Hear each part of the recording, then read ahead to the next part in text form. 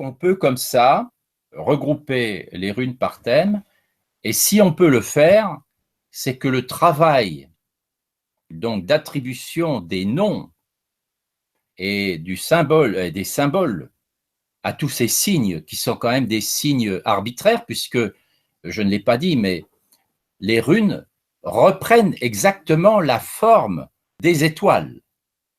Les formes ne sont pas inventées.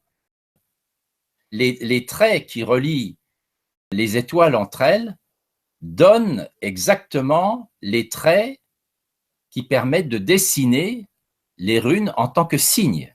C'est une forme d'astrologie. C'est une forme d'astrologie. On dessine le ciel, en fait.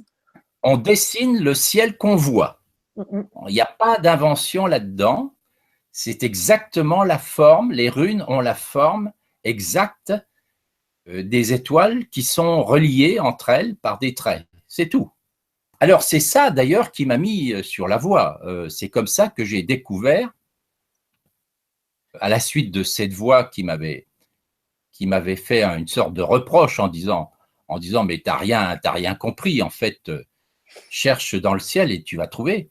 Et donc, c'est comme ça que j'ai retrouvé l'ordre des runes, qui est effectivement l'ordre du zodiaque, d'un très vieux zodiaque qui existe encore en Inde.